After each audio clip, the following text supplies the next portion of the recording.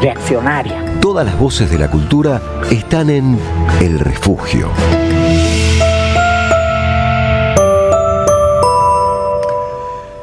Bueno, algo anuncié antes de hablar de Gilla Murano. Anuncié que íbamos a hablar con Miriam Bregman por su libro Zurda, que tiene un título estupendo. Ya Zurda es un buen título, pero Apuntes contra la resignación, la mansedumbre y el conformismo es un subtítulo estupendo para mí. Lo primero que uno debe decir, tiene que decirlo, es que la izquierda, y Miriam Bregman en especial, siempre está en todos los conflictos. Siempre está. Donde hay trabajadores despedidos, donde hay persecución, donde hay problemas en la calle, donde se apalea a los jubilados, la izquierda está. Esto es muy importante, muy importante. Y el otro punto es que nunca hubo, que yo sepa, un hecho de corrupción vinculado con el Frente Socialista. Nunca hubo. Esto no significa que pueda gustarte o no gustarte las ideas de izquierda. Te pueden gustar o no gustar. Pero estas dos cosas que digo son así. ¿Viste cuando alguien te dice 2 más 2 son 4? Bueno, es así. ¿Conflicto que hay? Conflicto que están presentes. ¿Algún hecho de corrupción? ¿Algún 3%, por ejemplo? No, ninguno. Miriam Bregman, un gusto saludarte. ¿Cómo estás? ¿Qué tal? Buenas noches y bueno, muchas gracias por la presentación. Me parece que es así. me parece que es como que es irrefutable. Leía tu libro y por supuesto lo leo, lo marco, ¿no? Qué fuerte que está Spinoza, ¿no? Qué fuerte que está, qué contemporáneo que está, porque empiezan hablando de una pasión alegre y una frase clave, terminar con el capitalismo, ¿no? Dos temas, ¿no? Pero que te escucho a vos, por supuesto. Bueno, mira, sí, empezamos como muy directo, porque la idea del libro también es hablar con un lenguaje directo, llano, pensando en la juventud, esa juventud que nos quisieron hacer creer que se había hecho toda de derecha, y en realidad lo que la juventud está harta es de vivir en un círculo, vivir cada vez peor, y no estoy hablando solamente de la Argentina, ¿no? Hace unos días leía unos estudios sobre la juventud de Estados Unidos, que está protagonizando enormes movilizaciones contra Donald Trump, y pasa lo mismo, generaciones que viven peor que sus padres y a su vez mucho peor que sus abuelos, y empiezan a preguntar qué es eso del socialismo, qué era eso del comunismo que me dijeron que era tan malo.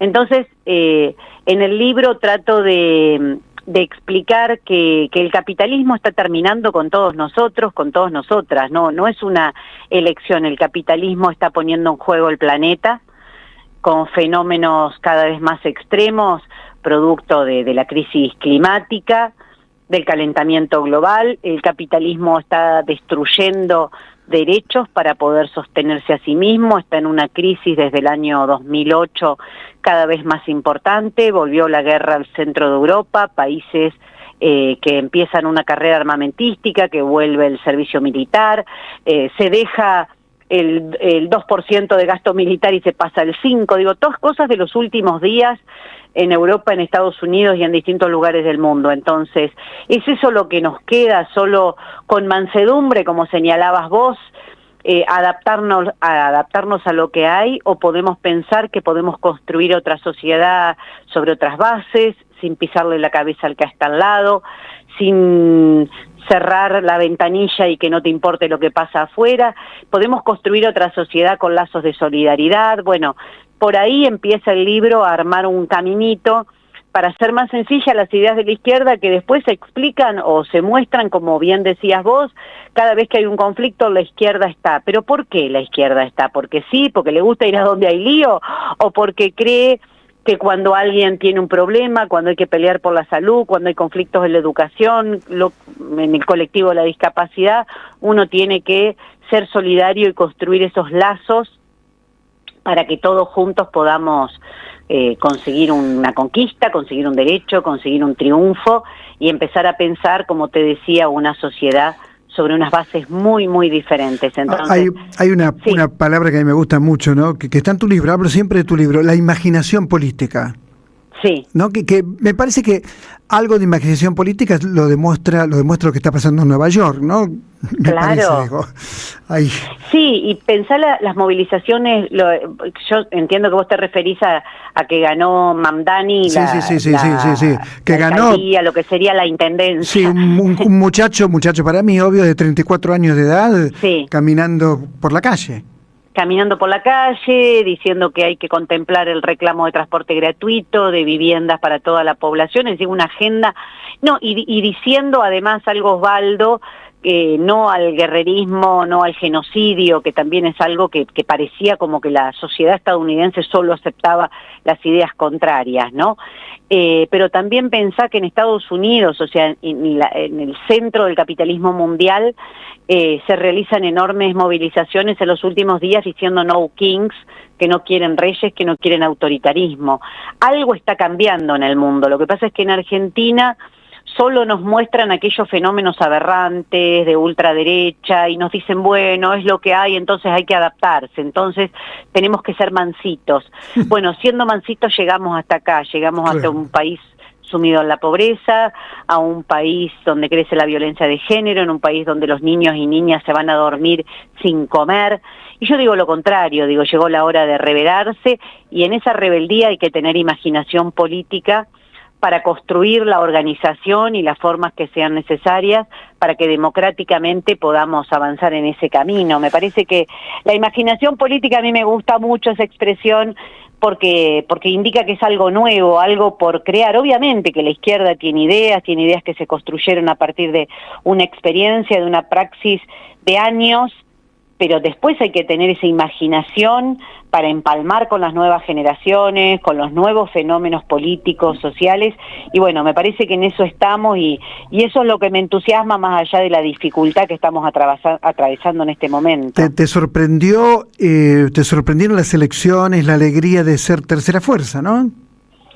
Mira, los últimos días se veía venir el resultado, porque el apoyo que le dio Trump a Milei era muy fuerte, y del otro lado la oposición tradicional, de Fuerza Patria, el peronismo, yo la notaba muy desubicada en la realidad, diciendo patria obesen, patria sí, colonia no, cuando para decir eso vos tenés que poder sostenerlo, o sea, el que te ve te tiene que ver como patria, te tiene que ver con la fuerza posible de enfrentar eso, y la verdad que no era lo que pasaba, nunca se vio la autocrítica de cómo se llegó al desastre de Alberto Fernández, una crisis interna que los desangra, entonces yo creo que lo que hubo fue un gobierno que ganó las elecciones, pero eso es una foto. Si vos lo pensás, Osvaldo, Milei sacó un 56% en el balotaje y 2 años después sacó el 40%. Claro. O sea, no es que hizo una elección que le permitió ganar, producto de que Trump dijo, si no lo votan a este candidato se descalabra todo, pero no es que es un gobierno en ascenso, conquistando nuevos sectores sociales, más bien cuando estudias la estructura del voto, y por eso insisto en esto de la juventud, a la que le dirijo el libro con tanto énfasis, porque cuando mirás la estructura del voto, lo que más perdió Milei es el voto pobre y el voto joven, en esa combinación, ¿no?, de los jóvenes, de más humildes, que se empezaron a ir porque se dieron cuenta que era mentira lo de la casta, que era mentira que se acababan los privilegios. Bueno, más casta que este gobierno. Claro. Nunca se vio. Más prácticas de casta imposible. Es como un reverdecer de los 90, ¿no? Claro. En tu libro haces también historia, ¿no? Historia argentina. El tema Adriana Calvo en tu libro me impactó mucho. El tema de Checolás y el tema Julio López, ¿no? Sí. Cuando digo Checolás en realidad se me ensucia la boca, ¿no? Pero digo Julio López, ¿no? Desaparecido en democracia. Y tu cercanía, ¿no? Con Adriana Calvo, sobre todo, ¿no? Sí, el libro yo lo dividí como en 3 capítulos de experiencias personales, en esta idea de que sea más llevadero, agarrando distintos temas, uno fábricas recuperadas, o sea, el tema del trabajo, algo que yo trabajo, valga la redundancia, mucho, me ocupo mucho de ese tema, feminismo y también, bueno, los juicios de lesa humanidad. Hoy estuve en una audiencia en casación con numerosos querellantes por este fallo de la Corte Suprema que pretende morigerar las privaciones de la libertad de los genocidas. Bueno, es una pelea que doy mucho y yo tuve en estos años de lucha el enorme privilegio, el enorme orgullo de compartirlos con algunas de las luchadoras más grandes que tuvo este país. No todas conocidas, porque vos sabés que a veces son anónimas o son anónimos nuestros luchadores, ¿no? Y Adriana Calvo se hizo muy conocida tal vez después de su muerte con la película 1985, porque allí entre los personajes que tiene la película, uno de los personajes centrales es el de Adriana Calvo, que ella tiene a su bebé, a Teresa, estando secuestrada, y Adriana salió diciendo que no iba a parar hasta el último de sus días, hasta que hiciera justicia. Y a mí me enseñó eso, me enseñó a no bajar los brazos, me enseñó a pelearla siempre, me enseñó a que no se puede, no existe. Siempre digo que cuando Adriana nos decía algo, le decíamos, no, Adriana, eso no se puede, decía, no se puede, no, eso no existe. Y bueno, son esas enseñanzas, esa fortaleza que son parte de la historia reciente argentina, como bien decías vos. Esas son nuestras madres, esas son nuestras abuelas. ¿Cómo no se puede? ¿Cómo se roban un bebé y yo no voy a poder hacer nada? ¿Cómo que un torturador anda libre y no voy a poder hacer nada? Esa fuerza es enorme y bueno, a mí me tocó con Adriana ser su abogada, hacer mis primeras experiencias en los juicios de lesa humanidad con ella, y hoy que tengo una cátedra en la Facultad de Derecho, trato de transmitirle a las estudiantes, a los estudiantes esa misma energía y esa misma pasión, ¿no? Que cuando uno abraza una profesión, abraza unas ideas, las tenés que defender con todas tus fuerzas. No sé si lo logro, pero intento que ese espíritu que Adriana nos transmitió. Adriana fue la testigo número 1 del juicio de la Junta, Osvaldo, imagínate, ¿no? Ser la primera en tener que sentarse ahí y declarar. Sí, además la vida de ella fue terrible, las condiciones en que tuvo la nena, sí, ¿no es cierto? Sí. Realmente muy terrible. Bueno, también aparece Norita Cortiñas en tu libro, sí, y también el tema fundamental de las fábricas recuperadas, que ustedes han hecho un trabajo estupendo en esa dirección. Sí, y que este sistema y este gobierno están tratando de destruir a garrotazos, te diría, porque no hay manera de sobrevivir. Pensá que el mercado interno se achica, que los costos se hacen imposibles para la producción, que los insumos importados son costosísimos, así que es una pelea que con desigualdades seguimos dando, pero que la huella que han dejado esas fábricas son muy notorias porque muestran que colectivamente, que solidariamente, que democráticamente los trabajadores y las trabajadoras pueden producir y que eso evitaría que se cerraran cientos de fuentes de trabajo. Yo el otro día escuchaba una fábrica láctea que había cerrado en un país donde hay hambre y yo decía, bueno, mirá qué lindo sería poder tener la experiencia de hacer una cooperativa, una empresa recuperada, democráticamente decidir cómo se produce, a dónde se destina la leche que se produce, hacer un convenio con el gobierno municipal, provincial, el que sea, y destinar esa leche o los productos lácteos que con ella vayas produciendo. Bueno, hay tanto para pensar cuando tus intereses son los de los trabajadores y las trabajadoras, que es infinito. Ahí viene lo de la imaginación política, ¿no? Si vos mirás siempre el punto de vista de los de arriba, bueno, la fábrica da pérdida, cerró, chao, pago 4 pesos de indemnización y me voy y se terminó. Pero cuando tu interés está del otro lado, está del lado de los que laburan, de los que hacen mover el mundo, hay muchísimo por crear y por pelear cada día, y hay otra salida para esta situación. Se hizo famoso, era el gatito mimoso, ¿no? Que se hizo famoso. Sí. Aparece también en tu libro. Y algo que esto no está en tu libro, pero te lo pregunto, ¿no? ¿Por qué la derecha vuelve, no? Por ejemplo, lo que pasa en Chile. Yo no lo entiendo, vos creo que tenés muchas más armas para entenderlo. Lógicamente, se van a unir las tres derechas y lamentablemente va a perder la izquierda. Es muy difícil. Hay una alta posibilidad de eso, sí. Es muy difícil en el juego democrático tener una potencia parecida a la que tiene la derecha. Es muy difícil. Bueno, ellos tienen un apoyo económico. Mira, a mí, yo te digo, vengo de hacer una campaña electoral y todavía no me recupero, porque nosotros hacemos todo a pulmón, Claro. y ellos tienen unos aparatos infernales. Entonces todo es muy desigual, pero creo que el caso de Chile muestra esto de una profunda insatisfacción, un profundo enojo, que es medio pendular, ¿viste? Va de un lado para el otro. Pensá que el mismo día que pasaba eso en Chile, en Ecuador, Noboa perdía las elecciones en las que había preguntado a la población si quería poner bases yanquis, no sé, cosas muy monstruosas. Entonces creo que lo que hay son situaciones que no terminan de asentarse, más bien pendulares, y también que cuando ganan gobiernos, como puede haber sido el de Boric o el de Alberto Fernández en su momento en la Argentina, que llegan con enormes expectativas, cuando no las cumplen, por el motivo que sea, pero no las cumplen, eso también da lugar a que el péndulo se vaya al lugar contrario. Entonces me parece que por eso hay que hacer construcciones sólidas y construcciones que se animen con el poder económico. Es el problema de América Latina en los últimos años. No ha sido un problema de discurso, no ha sido un problema, ha sido un problema de que cuando llega el momento de animarse con el poder económico, ahí vienen, mirá, el caso de Alberto Fernández, ¿te acordás del caso de Vicentín? Vicentín, yo creo que ahí comienza la caída estrepitosa. Sí. Cuando porque 500 personas se movilizan y, bueno, no, entonces no sigo adelante. Ese fue un punto de inflexión, un punto de giro, ¿no? Importantísimo.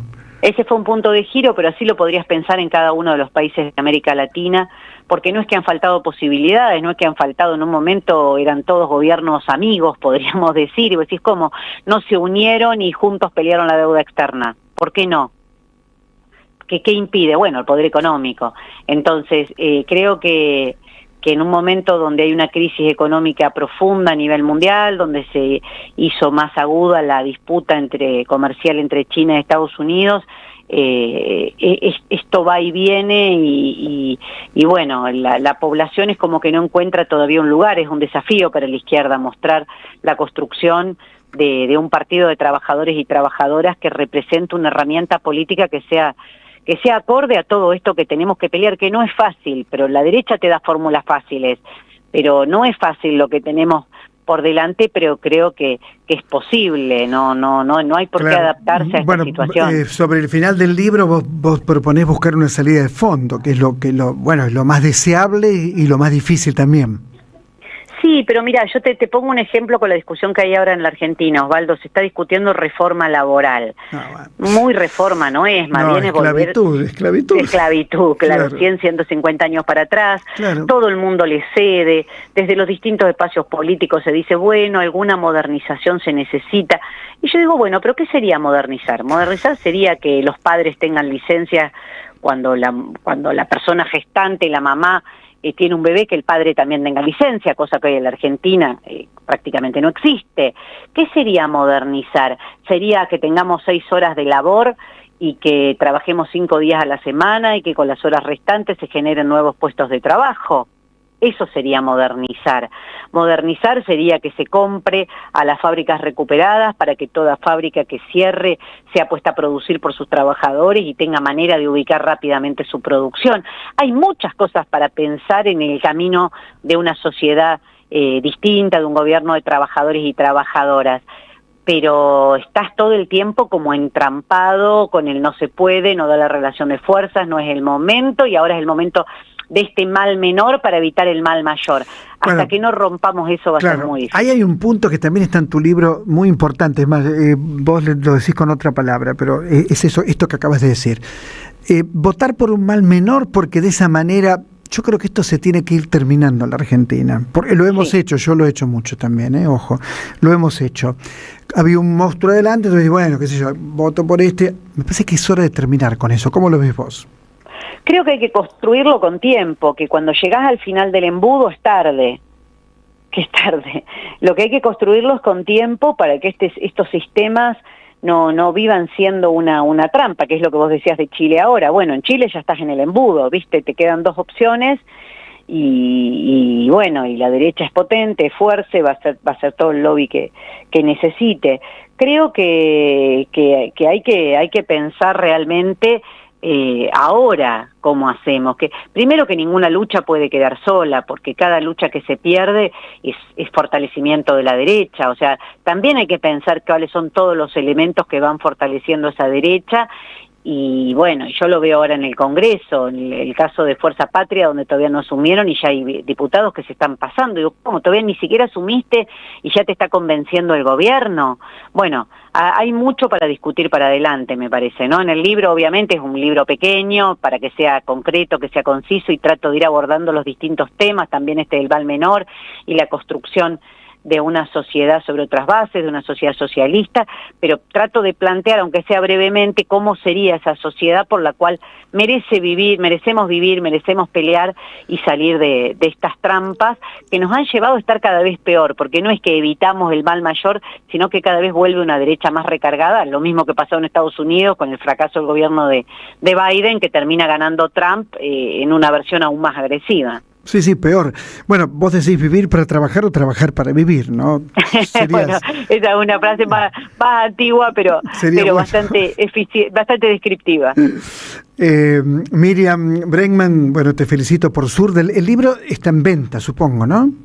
Sí, el libro está en las librerías, se había agotado, pero luego, bueno, se repuso, y tengo que decirte, Osvaldo, que fue la actividad más convocante de la Feria del Libro. De todas las actividades que se hicieron este año en la Feria del Libro, fue la más convocante, que casi duplicamos la cantidad de gente que entraba en la sala, una sala de 1.000 personas, quedó muchísima gente afuera, después lo presenté en las Facultades Sociales, fue un éxito, lo presenté en Barcelona y en Madrid, y también fue un éxito. Así que no sabía, en Barcelona y en Madrid. Sí. Así que evidentemente hay un interés nuevamente por las ideas de la izquierda que... Bueno, y está también el diario de izquierda que es muy bueno para mí, ¿no? Izquierda Diario, exactamente, que está en varios idiomas, así que eso también nos permite seguir mucho los procesos políticos de los distintos países, porque además ahora las traducciones también son muy fáciles, ¿no? Claro. Entonces, bueno, allí hay información no solo de Argentina, sino que, por ejemplo, todo lo que estuvo pasando en Italia, con una huelga de 2 millones de personas, con el fenómeno que denominaron bloqueamos todo, lo pudimos seguir, y así, estamos muy contentos con la Izquierda Diario, porque se ha convertido en un lugar de referencia. Miriam Bregman, te felicito, te mando un abrazo y muchas gracias por esta conversación. Muchas gracias, muchas gracias a ustedes. Hasta luego. Hasta luego. Era Miriam Bregman, por supuesto, en El Refugio. Deja tu mensaje en nuestra línea.